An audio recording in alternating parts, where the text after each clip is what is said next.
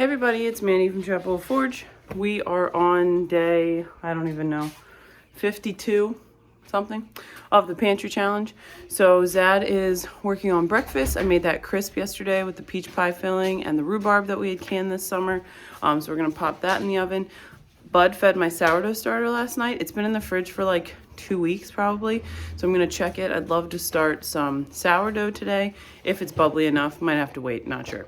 And then I think we're gonna work on the chicken run situation, so we'll take you along for that. All right, so we actually had a really productive hour after we got up. So I need to finish scrubbing these jars. I had one where the bottom busted out. It was like an older jar, so I'm guessing, I don't know, maybe it was weak, I have no idea.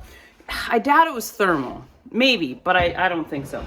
Anyway, so I need to finish scrubbing these. We got the dishes done. Zad's got breakfast ready. The kids cleaned up and vacuumed and swept and all that fun stuff. So we have our crisp, bacon, eggs, and then we're gonna get to work. All right, so if you've been following us for a while, you know that we unschool, which basically means we do student-led learning. So we found this really interesting series on YouTube. I think the channel is called That Is Interesting. And they go through every single state and just sort of talk about its history and just kind of highlights of it, little geography, things like that. It's really interesting. So we've been after breakfast watching one of those every morning. They're like 30 minutes and everybody's kind of into it. So we watch that together. Zad reads his newspaper and whatever. So we're done with all of that. The neighbors brought over a pork roast or something that I don't know, something was wrong with it. So we're probably just gonna feed it to the chickens, which is cool. Zuzu, come here. Zad and Bud are prepping to do the chicken project. So just sort of doing, when we had tons of wind, this silly metal shed keeps falling over and we pick it up every time there's a windstorm. So what we're gonna be doing is this fence is gonna be coming down. Our chickens keep getting out of it, and I realize that they're getting out of it at this point because it's saggy and whatever. But we're gonna be tearing all of this down. We got some 6-foot panels. We're gonna put those up. We're basically gonna do a temporary chicken run for now. We were gonna do a big project in the woods and a new coop and what do you call it? The fencing that we did for the goats, the wooden posts and the woven wire and the whole thing, and do this big elaborate project. But the more we think about if this is our forever farm, which I don't think that it is, I really want everything to be movable. If we do wind up staying, we can certainly do that project later. We can make this run a little more permanent. But frankly, as long as the chickens stay in and we get eggs, I don't really care. So we're gonna work on that project today. We started getting duck eggs, which I mentioned, which is so exciting. Seriously, you should have ducks. They are so fun. So we're gonna get this project done. Zad's got a fire poker to finish. He's got a KitchenAid to work on. And that's gonna be what we're doing today. So, all right, so we have a couple fruit trees in here. The boys are gonna put up some guards around those so that hopefully they don't destroy them. There's apple trees back here, so we're gonna bring it on this side of the apple trees because they like to fly up in the apple trees, and then that was a big way that they were escaping. So we'll see how it goes.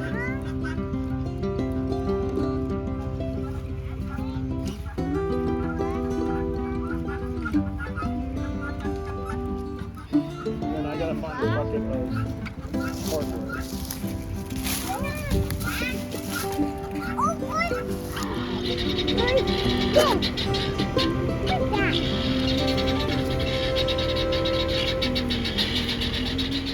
So as I'm out here wrangling children and watching Zad do his thing, I've been really thinking a lot lately about what our priorities are here. And I feel like our priorities are meat, milk, eggs, and, of course the garden. So protein is a huge focus for us, which I've talked about before. It's the most expensive thing to buy if you're not doing it yourself. And not to say that if we do it ourselves, we're necessarily spending less money. I think it probably depends what you're talking about. Now, if we start raising a dairy cow, we'll definitely save money on milk and yogurt and cheese and all those other things. Chickens or turkeys can sometimes be a crapshoot, but we know what they were fed. They had great living conditions, all that kind of stuff. So I'm really starting to, just rethink about what, I used to think, I want this gigantic garden or whatever. And I may expand our garden, or at the next place, I may have a bigger garden than we're going to have here. But I really am trying to focus on, I think I mentioned this before, but focus on like root vegetables. Like I want to focus on onions, carrots, potatoes, sweet potatoes, butternut squash, you know, things that are great long-term winter storage that I really don't have to do at cabbage, that I don't have to do any prep for. Like I could literally throw them in crates and sit them in the pantry and they will last us a good bit of the winter. I still have, now my potatoes are sprouting, but they're still good. I have sweet potatoes left still. We have garlic left. We are out of onions. We didn't store enough onions, unfortunately. We finished up the butternut squash yesterday, which I showed when we made the soup. We have a couple neck pumpkins left. So those are the things I really want to focus on. And that's not to say I'm not going to grow like tomatoes and peppers and things like that. But I like, one year I did like 100 tomato plants. Like so unnecessary. I don't need to do 100 tomato plants. You know, I could probably do 10 or maybe 15. Like I could do a bed's worth, like a good solid like 10 or 12 would probably get me what I need. And frankly, now that we've done the pantry challenge, I really have a good idea. Like we don't use tomato sauce a lot, which I don't know why. It's just not something that we use a ton of. And I really have a good bit left on the shelf. I have a lot of salsa. You know, it's like tomatoes are, we'll grow them certainly to eat fresh because who doesn't want like a piece of sourdough with homemade mayo and a piece of cheese and a freshly sliced tomato on it and some salt and pepper. Yum. And some lettuce. Yum. Greens are something that we missed during the pantry challenge for sure. We don't normally buy like bagged salad or anything. I don't know, maybe we noticed it more because we didn't have like bananas and we like ran out of citrus like the beginning of February. We really only have apples. Besides our root vegetables, all we have is apples. So I definitely for next year, I want to focus on growing some greens inside, whether that's like sprouts, microgreens. I'd love to grow some, like, we love spinach and Zad loves iceberg, which cracks me up. I think he just loves the crunch of it. So those are things I definitely want to focus on. Peppers, I do not need to probably can any peppers. I'd love to put some in the freezer. So we'll definitely grow peppers and they're just fun. I mean, there's so many fun colors and fun kinds of peppers to grow. Celery is something that I would love to try to grow again. And then Jessica at Three Rivers Homestead pickled celery. And I was like, that is genius. I never thought about pickling celery. We've done it freeze-dried, which is, it's fine. I mean, it works in soup and stuff. I wouldn't like slap peanut butter on it or anything. But it works for soup and things like that. So anyway, I am really kind of refocusing. We're going to be bringing home a lactating goat the beginning of March, which is great because I'm going to need milk for soap like super soon.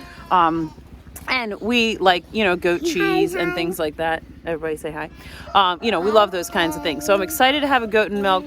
The girl we're getting the goat from is going to give, she also raises goats for meat, and she's going to send us home with a couple different cuts of goat or whatever. I've never had goat before. I don't know that anyone in my family has. So I'm interested to see if we like it. And if we do, I think we are definitely going to throw, so we have about, you can kind of see it over there. It's so hard to see it with all the snow and whatever, but we have about 1.5 acres that's fenced in for the goats.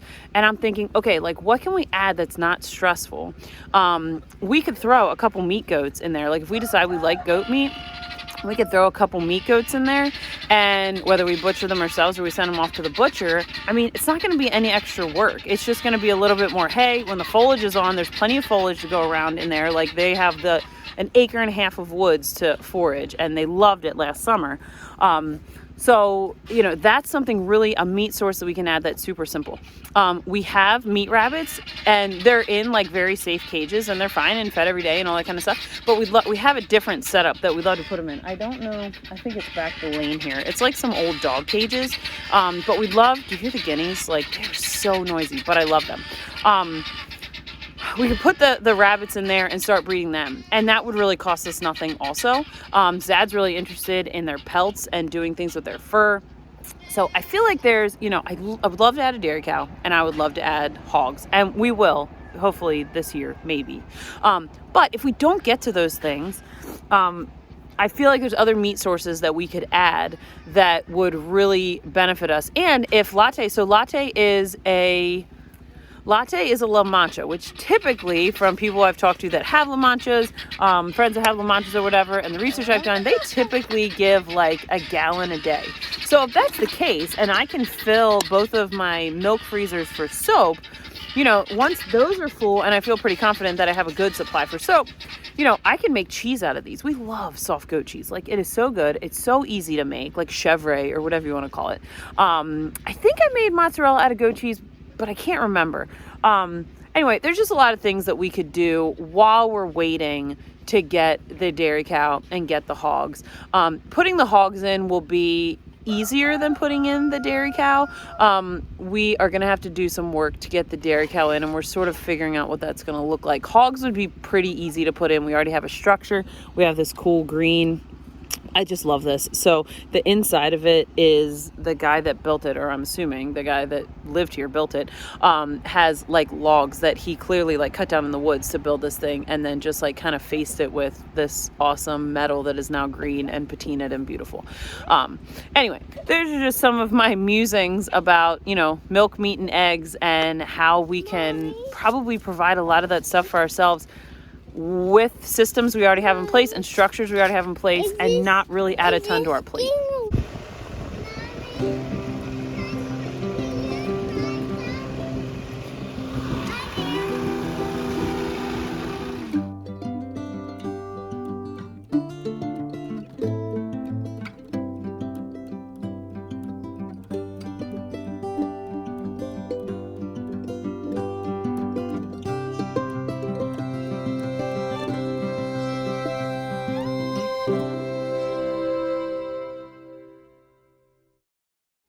Okay, so the boys are finishing up. The kids are cold. So I brought them in. We got some lunch ready. They're just having some leftover breakfast.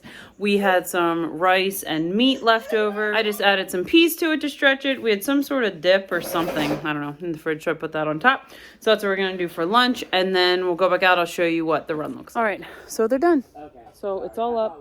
The ducks are out. It's almost dark, so we're not gonna let everybody out. We'll let them out in the morning. But this is awesome. So I'll probably show you this again later, but this will be, hopefully everybody will stay in and not be in the neighbor's yard. That would be fantastic. So I'm glad we got this project done. All right. So Bud is at youth group. The littles are sleeping. I need to do step 2 of the dream cheese, which is basically just adding salt. So I'm going to work on that. Zad's working on dinner. He's got some venison loin out and corn and what is it? Oh, beef loin. Somebody's loin.